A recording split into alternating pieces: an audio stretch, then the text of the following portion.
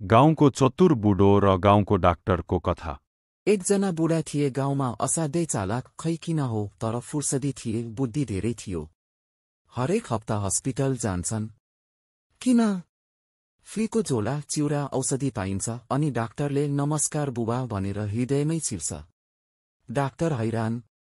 एक दिन त सहनै सक्दैन, सोध्यो, बुबा तपाईलाई हरेक पटक केही न केही हुन्छ, तर रिपोर्ट भने सधैँ ठिक हुन्छ, के भयो तपाईलाई? बुढाले चसक्क टोपी मिलाउँदै बोले, हे बाबु म त ठिक छु, तर तिमीहरूले नमस्कार बुबा भनेर बोल्दा मुटुमा झलझली माया चल्छ, त्यो सुन्न फेरि बिरामी हुनुपर्छ। डाक्टर लाटो हाँस्दै सोध्यो, झोला किन चाहिन्छ त फेरि? बुढा, झोला त होइन बाबु, त्यो त डिस्चार्ज रिपोर्ट हो, जसलाई घरमा देखाएपछि बुहारीले पानी दिन्छे, नत्र त स्यालझै हेर्छे। डाक्टर लोटपोट फेरि सोध्यो, हप्तामा 3 पटक आउनुहुन्छ किन बुबा?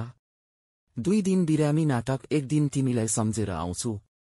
अब तिमी नै भन, तिमी जस्तो मायालु डाक्टरलाई नदेख्न मन लाग्छ? त्यत्तिकैमा भित्रबाट नर्स आउँछिन् र भन्छिन्, बुबा आज त झोला मात्र होइन, तपाईलाई त गाउँकै स्मार्ट बिरामीको सर्टिफिकेट दिनुपर्छ।